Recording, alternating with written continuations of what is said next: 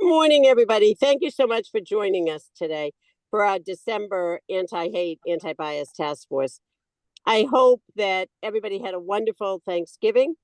And as we move, it seems pretty quickly towards a new administration. I'm hopeful that the new year will bring peace and unity to our communities and really for all of us, a renewed commitment to being stronger friends and allies as we address hate and bias. I want to give you just a quick update on a couple of initiatives. Last week, we brought together leaders from across the industries in our county for a ransomware response conference. And that conference featured presentations from attorney Stephanie Siegelman, who's at Hinckley Allen, who's really an expert in cybersecurity, the U.S. Attorney's Office, the FBI, and a professor in artificial intelligence from BC Law School. And this is something that's really affected our county across the past few years. Literally hundreds of thousands of dollars have gone out as people have paid in responding to these ransomware demands. And what we're seeing is that really every sector, whether it's government, healthcare, utilities, small businesses, is being impacted. Whether it is the city of Lowell, which this year was essentially shut down, you literally could not get a dog license because of the ransomware attack that they had suffered, to, as you may have seen, just Stop and Shop in the week before Thanksgiving, becoming very difficult for them to get the food that they needed for people to buy for Thanksgiving. So there was a discussion about the importance of prevention and how to respond if, in fact, you are attacked. It was really well received, and it really underscores what's so important to all of our work here, which is that value of partnerships and the knowing people before something happens. It's hard to be introducing yourself to someone when you're responding to a problem. And next week, we will on Tuesday be hosting a roundtable discussion with representatives from our Fortune 500 companies, healthcare facilities, colleges, and universities, unfortunately responding to the shooting last week of the president of United Healthcare. And we have so many of those companies and those types of executives and people coming, distinguished guests coming to places in our county. We really have to be thinking about how would we respond to something like what happened early in the morning on the streets in Manhattan. And finally, I'm pleased to tell you that, as we've discussed before, we've gotten a 3-year grant from the Urban Institute to conduct a study of this task force. And this collaborative effort will involve the Urban Institute representatives reaching out to some of our members, attending meetings, getting some data and insights to help other offices across the country as they try to get these kind of task forces up and running. And I do want to mention, as we always do, but I want to do it at the beginning just in case we lose people towards the end. We really value your input on a couple of things. One being future topics. Are there things that you think we need to be talking about in the new year? Things that are happening maybe in a cluster of communities that you'd like us to address, as well as ideas on how we could be doing the things that we are doing better. There are things you'd like to see us more involved in, other ways you think we can be helping communities. There's a link in the chat to help you do that, and it will also be in the meeting wrap-up notes. So that's really important to us. Transitioning to today's meeting, all of us, I'm sure, have heard that the incoming administration has indicated that it plans to implement strict immigration measures, including potentially large-scale deportations and changes to asylum rules, and the potentially unconstitutional attempt to abolish birthright citizenship. This is clearly, understandably, heightened anxiety among the immigrant communities who fear the separations we saw a few years ago and potential deportations. And when we think about that in the context of how fortunate we are here in Middlesex County to have a really vibrant and diverse immigrant population, you can see that it has an outside effect. You know, here we have almost 20% of our county's residents are foreign born, which is 5% higher than the rest of the state. And we are really enriched by the presence of very large immigrant communities from from Cambodia, Vietnam, Brazil, Kenyan, and particularly in cities like Lowell and Framingham and Malden. And that anxiety is real. It's a growing concern. It affects the emotional and mental well-being of folks who could be affected by these decisions. And it stems from a constant exposure, as we've all seen, to contentious political events and media that lead to stress, to worry, and fear about the future. Some of you might have seen the article in the Lowell Sun, which we'll get to people, from last month, which summarized the findings from a new research report, which was called Getting Through a Dual Pandemic: Hardship and Social Resiliency in the Cambodian American Community. And that study was done by a team at the Institute for Asian Studies, Asian American Studies, excuse me, at UMass Boston. And it found that there was a pattern of unreported racist incidents directed at Cambodian Americans in Lowell during the pandemic. Half of those individuals spoken to reported that they felt afraid, either for their own or their family's safety. More than a quarter, 28%, reported that they had experienced discrimination or been treated unfairly. And over a third, 38%, reported having witnessed another Asian person being treated unfairly based on their race, their national origin, or their cultural background. And the report explained that that fear and anxiety triggers the impact of unresolved trauma among the older generations, particularly those, and we have a lot of folks to whom this applies in Lowell, who lived through the Khmer Rouge in Cambodia, and how mental health issues, which may come from other stresses or from this, are very often not addressed in families because of the stigma that they may believe is associated with speaking that you have a mental health issue or seeking services.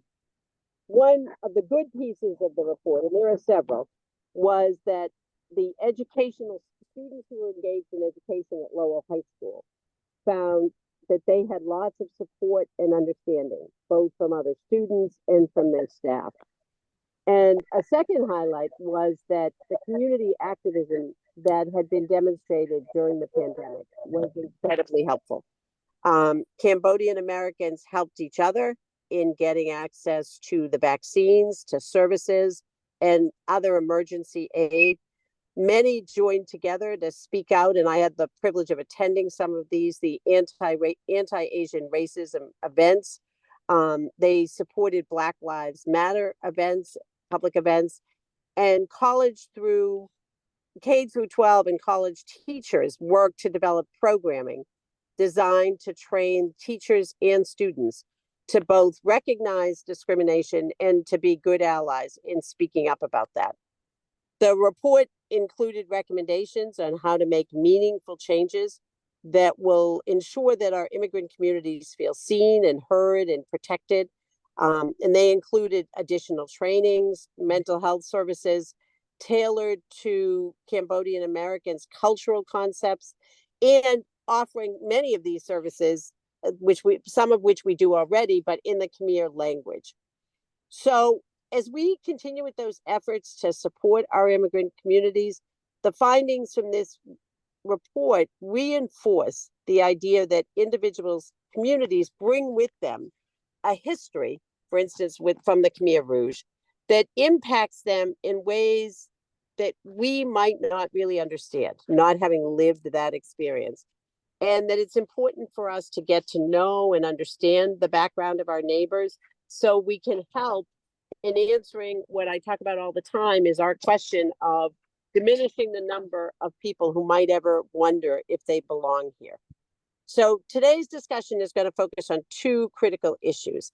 First, the widespread election fatigue that's affected our communities and heightened the concerns among the immigrant population regarding administrative policies. And then we'll talk about how these factors might contribute to an increase in incidents of bias, discrimination, and hate-based actions. And we were talking just this week, and I'm sure many of you have seen this, you know, we've seen for the last few years people going on social media and really being keyboard warriors and feeling free to say just incredible things that we thought people would never feel comfortable saying out loud to someone's face. But increasingly, we are seeing those. We're responding very often to these sort of so-called, as though it were an actual thing, road rage kind of incidents. I've talked before how often we see these incidents at grocery stores. We see them in the bank lines, and people just feeling free to say and speak things that would have been unimaginable a few years ago. So I'm going to turn to our first speakers now, and we are really happy to be joined by David Gibbs, who is the Executive Director of the Community Action Agency of Somerville. And David's been there since September of 2014, so over a decade. He is an attorney with over 20 years experience in the legal and nonprofit sector. He has previously served as the Executive Director of the Cambridge Community Center and the Family Institute of Cambridge. He earned his law degree from BU Law School and did his undergraduate work at both Princeton and the Rhode Island School of Design. And more recently, he attended the Institute for Nonprofit Management and Leadership at BU's School of Management. So welcome to him. He will be joined as well by Neftali Reynoso, and I hope I'm pronouncing that correctly, the Housing Stability Case Manager. Neftali is originally from Houston, Texas. She graduated from BU with a degree in political science in May of 23. She's been with the Community Action Agency for a year and a half. She began as a Housing Stability Case Manager and was then promoted to an MVP specialist. And she's been here in Boston for the past 6 years.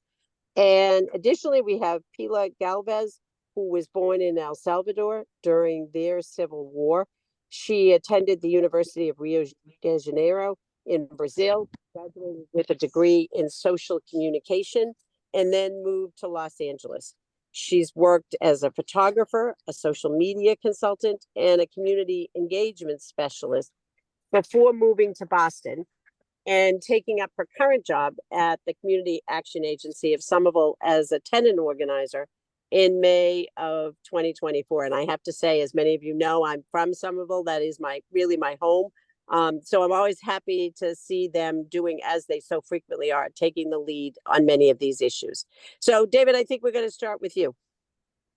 Thank you so much, D.A. Ryan. And I didn't know you were from Somerville. That's great to know.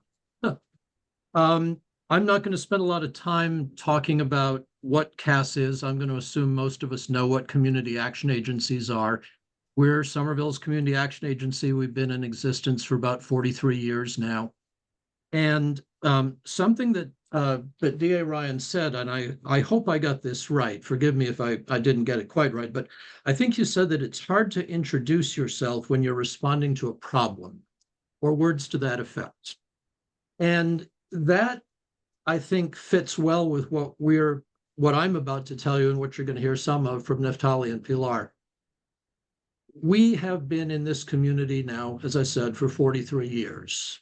We are known by the community as a trusted partner, a safe place to get help, and a place where the staff are trained in trauma responses, are trained in how to think about the lived experience of the people that are coming to us looking for assistance at sometimes their most difficult moments.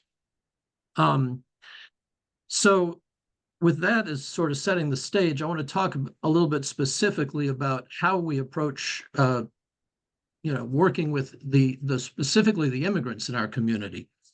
I think the most important thing to say about that is that we don't ask people what their status is unless we absolutely have to.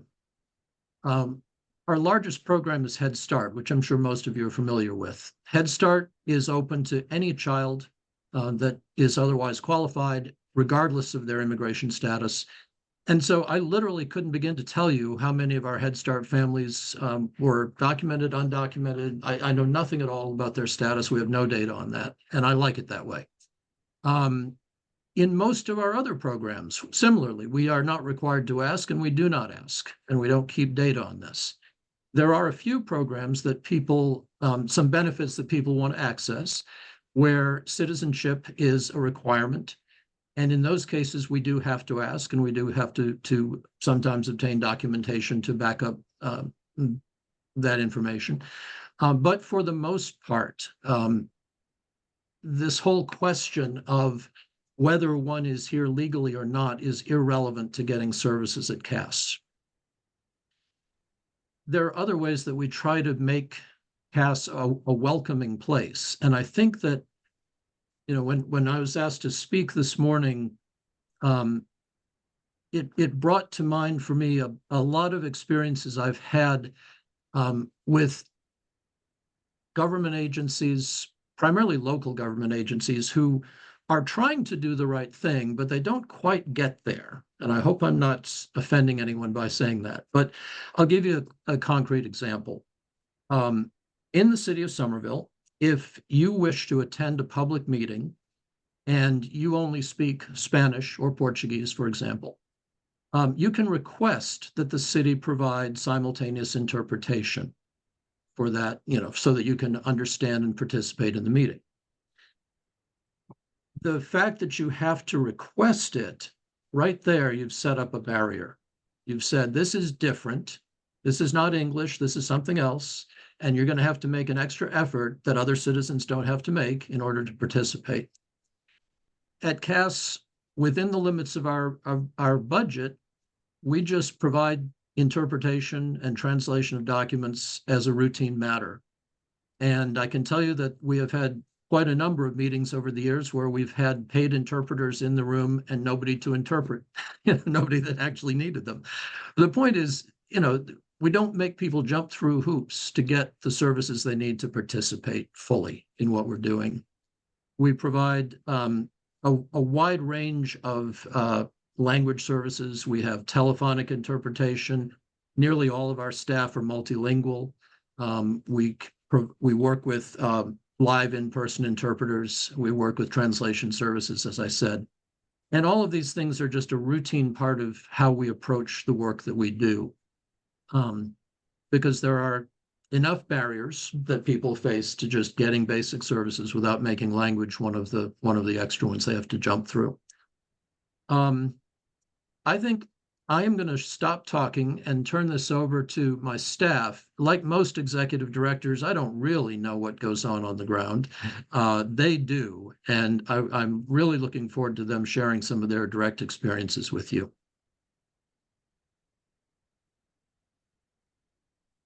So Naftali, who's going to go first? Is it? First.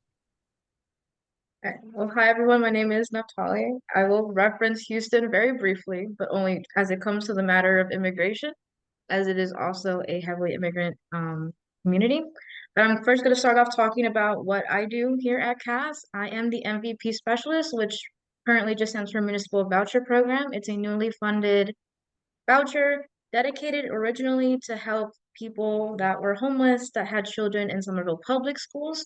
Unintentionally, it became a voucher program specifically for undocumented people. So my entire caseload for that program is purely undocumented families.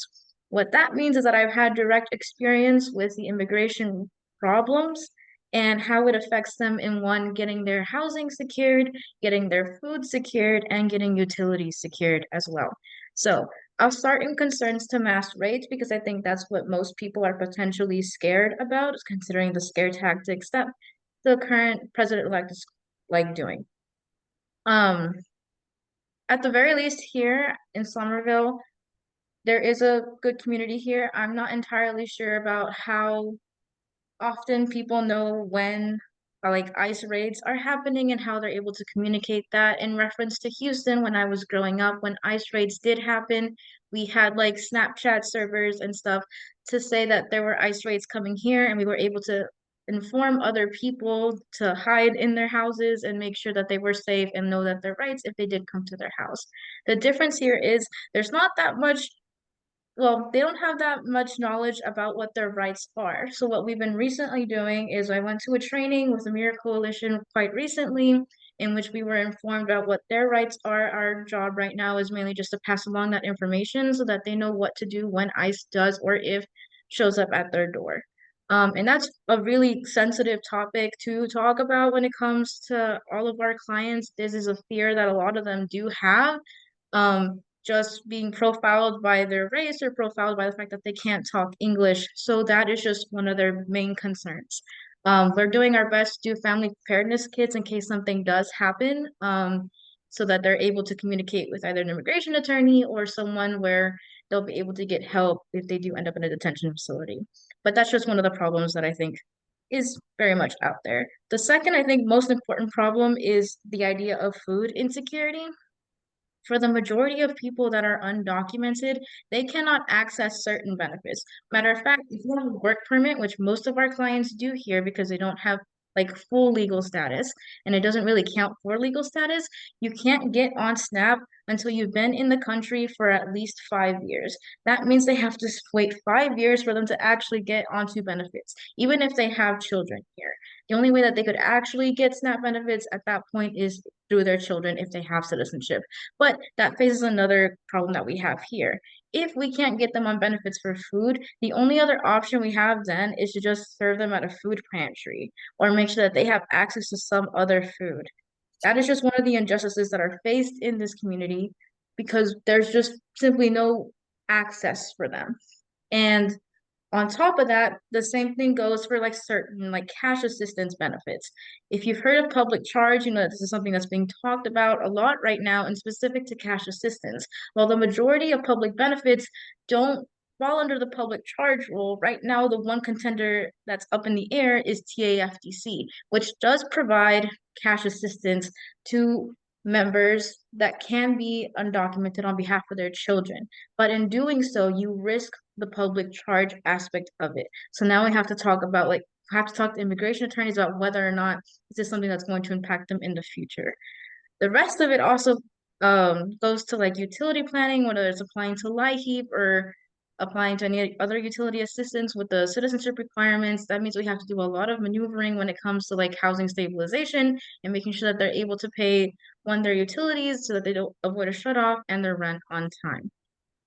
The last thing I'll talk about really quickly is just the idea injustices faced in this community. For the injustices that are faced in this community, there are sometimes things we can't do anything about. It's a very dead end road because they can't have access to like going to the courts in fear of deportation. They can't have access to addressing any injustices that happen to them in fear of deportation. A lot of these times things just get brushed aside. We're kind of at the point where like there's nothing we can do. We're scared to make another move in case something does happen to them. But I think it's really important to focus on the food insecurity and like benefits right now because those are the things that help them continue to live a more stabilized livelihood. But yeah, that's all I'll talk about for right now. Thank you. Thanks, Naftali. Pilar. Hello, as my past say, my name is Pilar Galvez. I am a tenant organizer with CAS, and I will provide for all of you the consumer experience. What that means, what is happening with our community as organizer. I am the person that hear directly what is happening with our community, and I really want to thank you, all of you, for being here to listen about our job and to be part of a solution. So, okay, so we did start in this moment just observing what is meaning the election. As a non-profit, we cannot influence in that. So during the election, we were unable to do nothing as a CAS because we only motivate the participation in the election, nothing else. But on November 9th, in the first weekend post-election, we had a movement meeting. So we have a meeting with our leadership, our tenants, not only members migrants of our community, but all the renters that we work, including members of the LGBT community, parents, anybody that work with us, and then we did a debrief what that means for our community. And we create a safe space to all of them can express, and due to that we realized that we needed to work in partnership to provide service for that community that is unfair. And then some of those initiatives is working. For example, we did attend the annual meeting with MIRA, the Coalition for Immigrants e-Refuge Service, and we have been attending Know Your Rights from MIRA, the materials they are providing. We are part of the Somerville Immigration Service that you have teachers, religious leaders, all the different leadership from our community that is working to provide a safe space for all the members of our community, because that not only affect migrants, but everybody, because how is possible the kid at the school don't feeling bad when their migrant little classmate get affected with this situation? So it's an impact in the whole community. So one of the things that we have been very listen from our community, maybe they don't express in that way, but we have been taking note of that, is the financial effect of that whole situation, how housing will be affected. So for example, some families, due to their legal status, they won't be able to work, or they will lose their job, so how they will pay rent. So if there are rights, some families won't be able to go outside, so that week they won't have income. So some of them will need to pay bonds or pay legal service. How they will be having money to pay housing. And then, for example, if one or more of one member that is financial providing in this house, how, for example, if the husband get deported, how they will be able to pay the housing. How is somebody in the house get a shock, emotional shock, a depressed or anxiety attack, how and they will affect they going to work, or they are not really in full potential to work, and that will affect financially. And then how we as a cast will provide support for all our tenants, not only migrant, but members of the LGBT community and other communities that might be affected with the measures. So that is a big concern for us as organizers. So because so far, or maybe we have been not see any funding money. Is any of you can bring that request for somebody can support CAS and other community organizations, most likely will be, not most likely, for sure will be welcome, because right now we don't say a problem, but a big challenge, how we will answer, because I'm an organizer, I can only help those families. I need to resolve their problems. I know there are counselors that go, they listen this family, but who will pay that mental health support?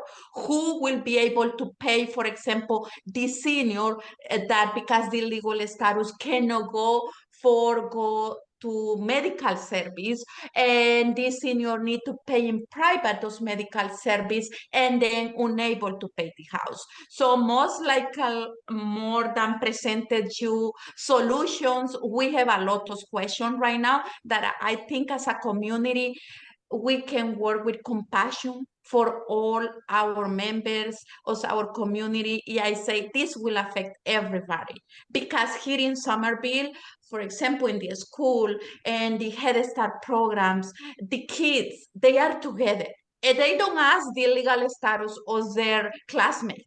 You know, the seniors that are in the seniors, they don't ask the legal status. But when they get separate from those people that are their best friend, that will affect everybody. So we are here to ask, please, to support or find some financial support so we as a cast can support with the Head Start, and we can support with housing. You know, Head Start is a federal funding, and that can put in risk so many families right now that they have support and Head Start to be able to work because they have our Head Start in Somerville and Cambridge. So thank you so much for this opportunity, and I hope I can be a bridge to support you when you need focus group or you need direct access to members of our community. I am more than welcome to be that tool to make our community better. Thank you so much. Thank you, Pilar. Questions, comments? I see a question in the chat. I think it is, do you need furniture? Potentially. Please call us or email us info@caasomerville.org, and we'll talk about what you got. Dear Ryan, I have a quick question to the three of you. You know, as our next discussion is going to, go over to our election fatigue, I was I guess I should have known this, but I was surprised when you said that as a nonprofit, you cannot affect the election or campaign and so forth.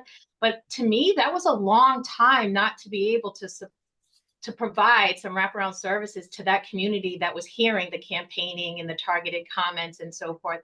And so I'm just wondering overall where, as a community, we have election fatigue, because it seems the election went on forever. But I'm just wondering what collaboration or resources, or what was the need, or continues to be the need in the community to address what has to be a mental health impact on the community. We had, sorry. Pilar, let me just answer that. I think one of the more cruel things about the way we've got things set up in this country is that the helping agencies, every 501c, churches, agencies like ours, we cannot participate in the election process in any meaningful way.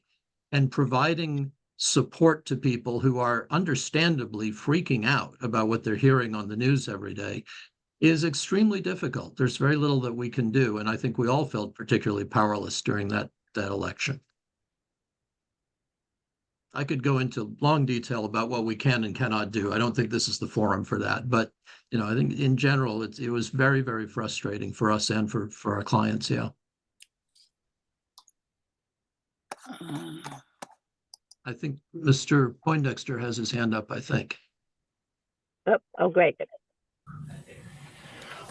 Mel, hey Mel. how you doing? Good. Thank you, Madam DA, and I would like to ask a question. The Watertown Human Rights Commission just had a meeting on Tuesday evening talking about the issue of looking out or creating mechanisms to protect our immigration population as well as other populations. And I was just wondering if you could provide your information in the chat so that the commissioners can follow up with you to sort of create a synergy support working relationship. And in terms of, and I'm wearing my other hat, in terms of the political track, to try to create a mechanism where I know you can't work directly politically, but indirectly try to create a working relationship with some of the political organizations and bodies, including the Mass Dems and myself, so we can maybe get some information out there so we can create some kind of backstop to inform immigrants of what's going on, so at least they have a better understanding of the political process. can definitely share with you those resources. I highly recommend each one of you check out Mira Coalition. They have all of the resources on their website, including Yeah. their immigrant rights, including the family preparedness kit, and everything that they should need in case like a raid does happen. I'll have the link down in the chat, but it's a very, very good resource. They'll continue to have these trainings I think every other week, honestly, and you can always join as like a member. Okay. Thank you. Thank you. Any other have a- questions? Yes, we comments? have a hand up by Dale. Yes, I'd just like for you to repeat your contact information for CAS. Mhm. Sure, I just put it all in the chat, but it's Oh, Community Action Agency of Somerville. The best email to use is just info@caasomerville.org. Our phone number is 617-623-7370. Would you And you repeat? can just look us up on the website, Okay. Community Action Agency of Somerville. That'll get you right to us. Thank you. You're very welcome. Thank you. Thank you all. Thank you to our three speakers. And we're going to and I see Antonia saying she'll share all those links in the wrap-up email as well. So thank you all. Turning to our next presenter, who is Professor Kostas Panagopoulos, who is a leading expert on campaigns and elections, voting behavior, political psychology, campaign finance, and experimental research.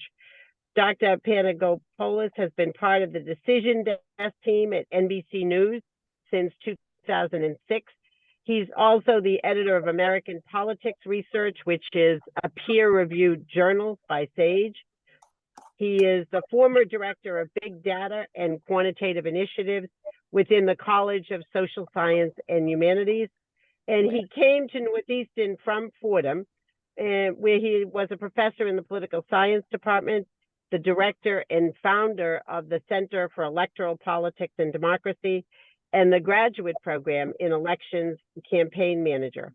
And he was an adjunct professor of quantitative methods at Columbia.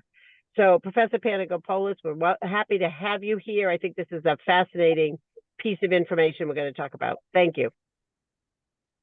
Thank you very much. Thank you, Madam DA. It's my pleasure to be here. Perhaps more important than any of those details you mentioned is perhaps the fact that I was born in Lowell, Massachusetts, and my parents were immigrants from Greece. So I grew up in an immigrant community in Lowell and went to elementary school in Lowell before we moved to Dracut, and I graduated from Dracut High School. So I have strong roots in Middlesex County, and I'm really delighted to be back in Massachusetts and at Northeastern working on teaching and working on some of the research topics in national politics, more so over the past few years. So perhaps we could take a step back and I'd like to focus my comments on some of the research that I've been doing recently on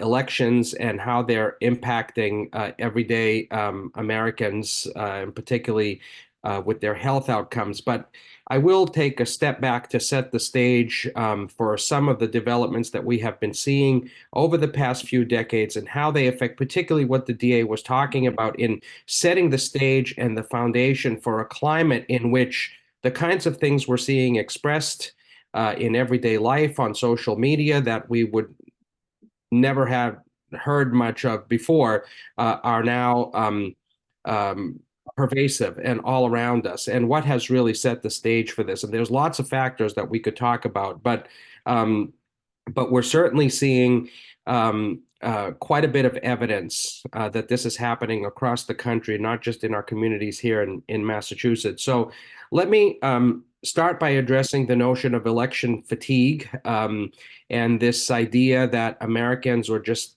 tired. I mean, we have very long elections in this country. Unlike other countries, we have long periods of campaigning, and campaigning can be divisive and contentious, and that has effects. All sorts of effects on people. Of course, that's not always a bad thing, right? Having long campaigns is not always a bad thing because it does give people an opportunity to learn about the candidates. And the idea is that these long periods enable people to make decisions with more information than they would have with shorter periods. That's the ideal, and that's the intuition, and that's maybe the silver lining of long campaigns. But they're really intended to give candidates and parties opportunities to raise money over long periods and to try to advocate for their candidacy. So you have to kind of weigh those two things against each other. But there are some positive benefits, but there are increasingly, I think, more and more reasons to be worried about the impact of campaigns. We've all heard about and know about the growth in partisan polarization in America over the past few decades.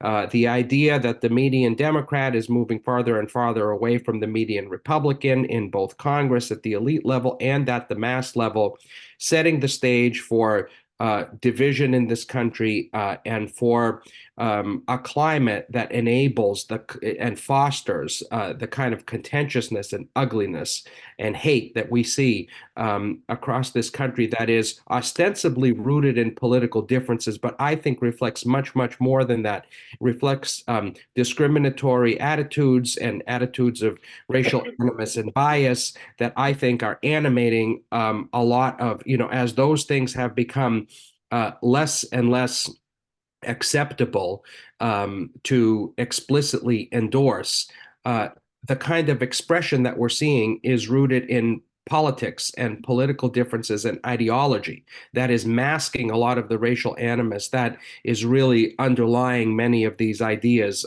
and these views.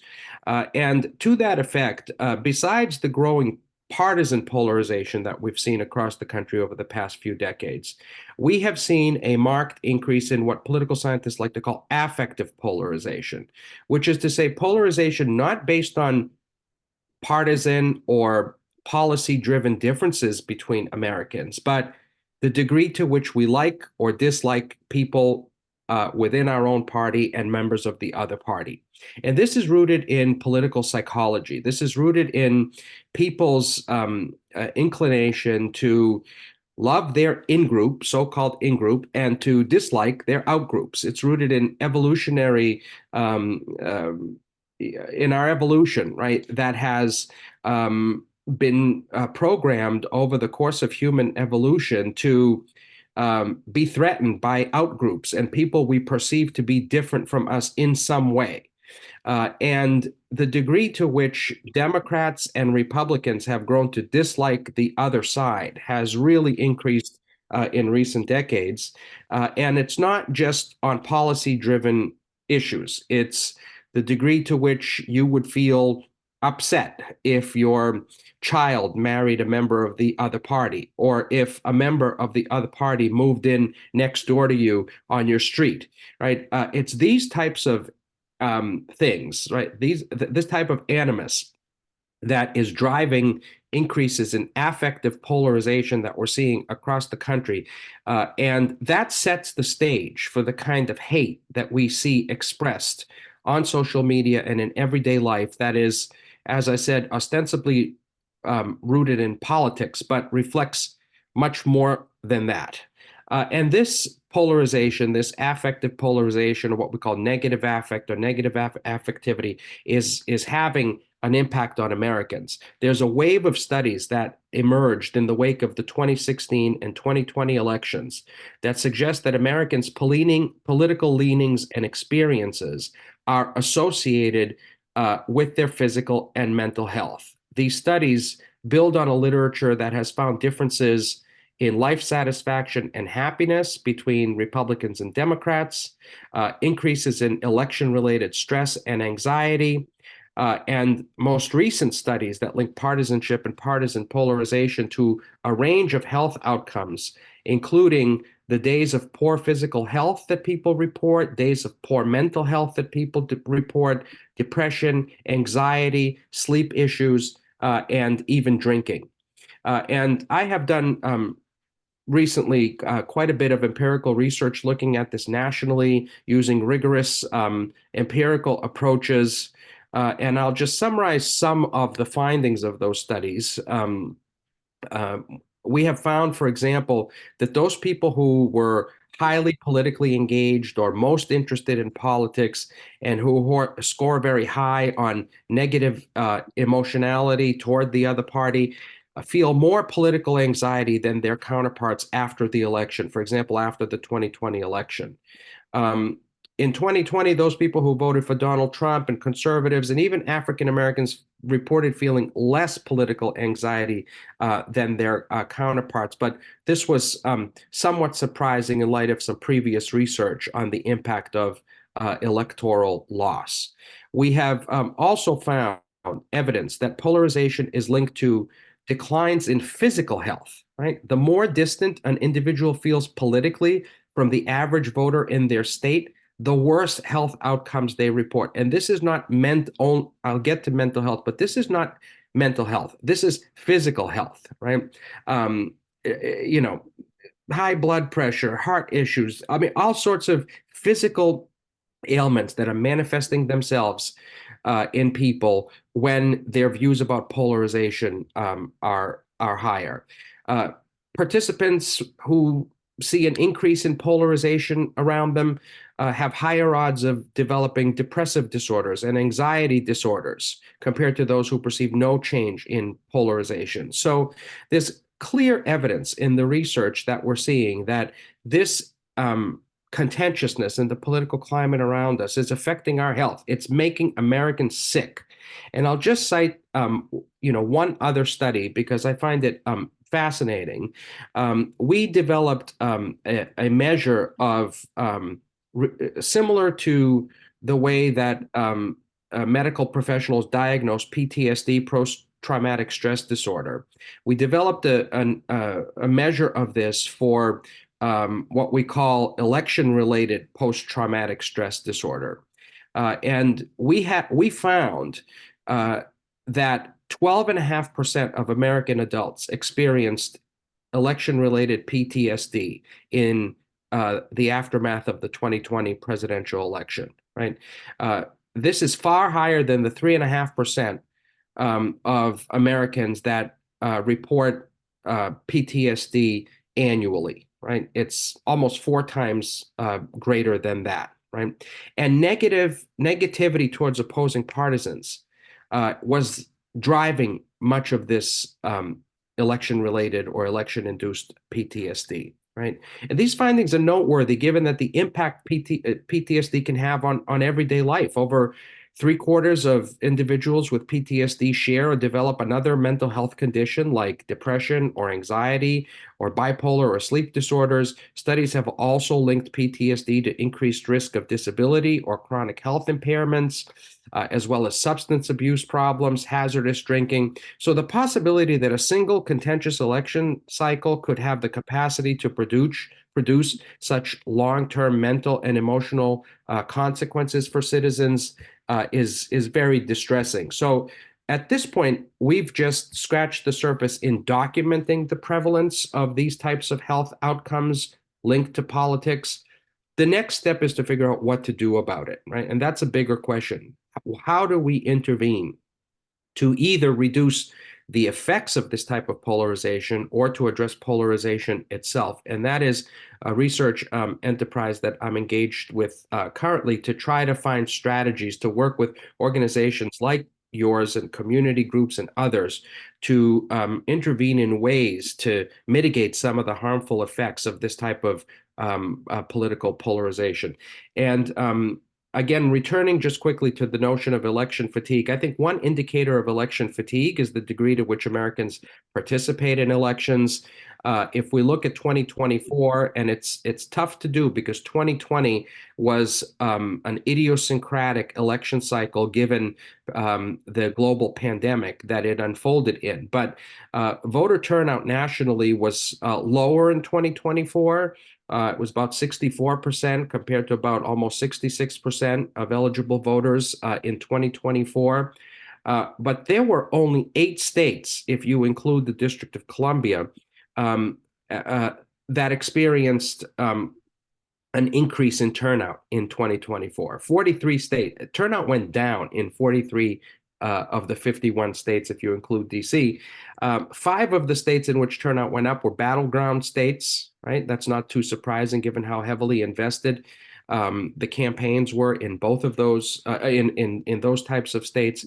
But it does seem to be the case that despite claims that this is going to be the most important election of our lifetime, that everything, everything was on the line, everything was at stake. We had, very strong camps on both sides of the aisle. It still is the case that fewer people participated overall in the 2024 presidential election than they had in 2020. And that is perhaps likely linked to this idea of election fatigue and concern and worry that Americans were feeling. And it suggests that rather than dealing with that stress and anxiety by participating and trying to be involved and make their voices heard and be engaged in the process, that Americans are actually withdrawing.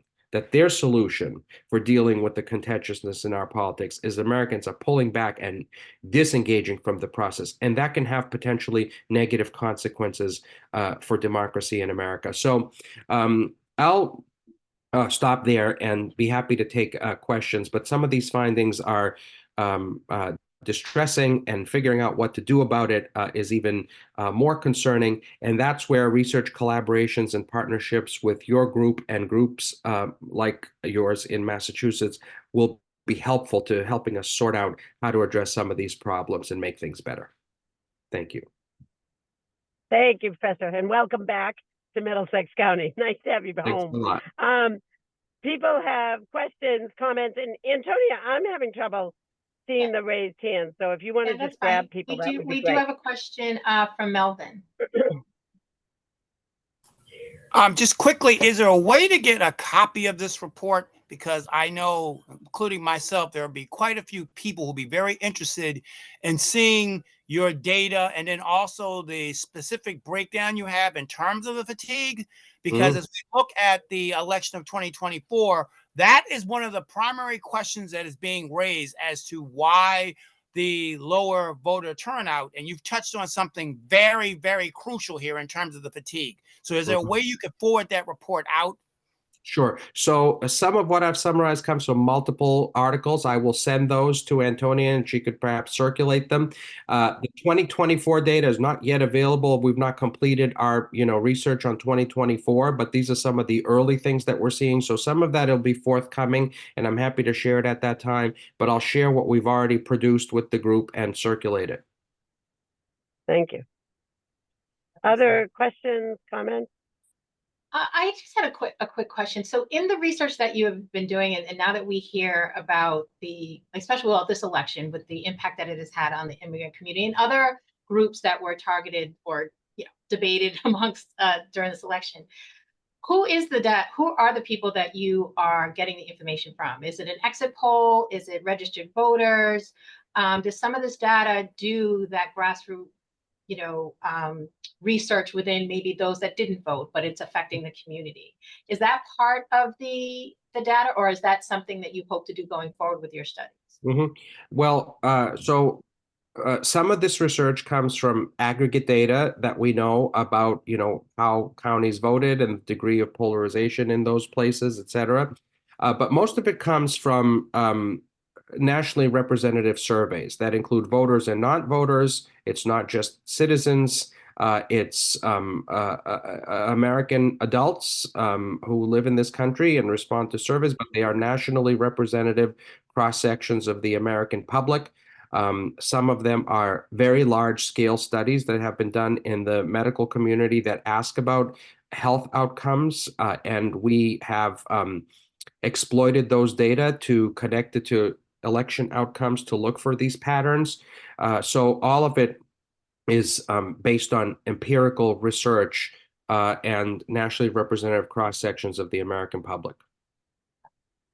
And do you see, because a lot of us that are on the call, we've either, put on voter registration. During the election, we were having community conversations with the community about the process.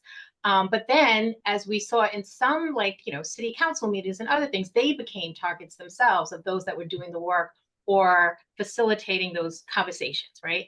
So Mhm. do you feel that that needs to change as we go into the next election cycle as to how we engage with our community so that we don't have the fatigue and people just say, well, I'd rather just not vote or participate because it's just too much. Do Mhm. you feel that that is going to change as we go into the next, as we go into the new election cycle?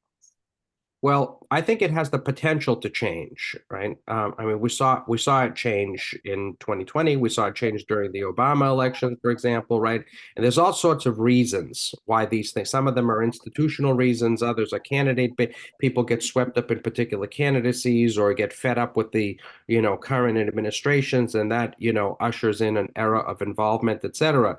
But the division and the divisiveness seems to be getting stronger rather than it's hard to believe that we can actually feel more divided or feel more polarized, right? But it is the case that it's conceivable that people can at least perceive the division to be greater in the future.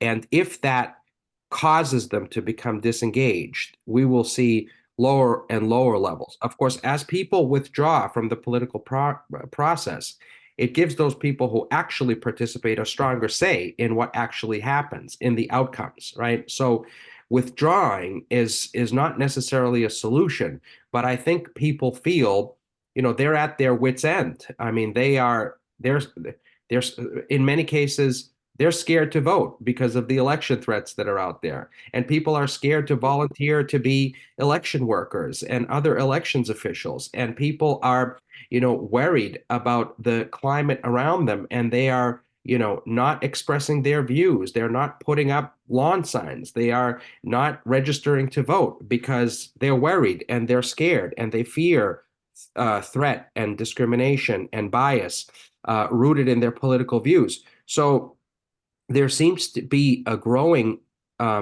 willingness on the part of some people in this country to be less tolerant of others' political views when they disagree with them, right?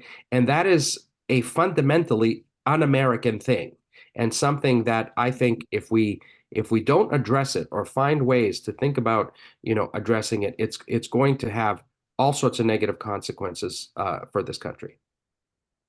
And can you just share some ideas of how people can collaborate with you in the research that you're doing? Because like I said, we do have legislators, we have human rights commissions, we have some political folks that are here, and then community organizers. So if you could just give us some ideas or suggestions, because I will send to everybody your contact information, but what would that look like in doing your work in the community? Thank you. So one of the ways in which, partnerships can be instrumental is by animating some of the research that we're doing in real world communities and talking with people who are experiencing the kinds of things that we're finding in studies and in surveys, and in thinking things through with them, not as a survey respondent, but as deeper conversations, either through focus groups or through other types of programs that test different interventions for reducing,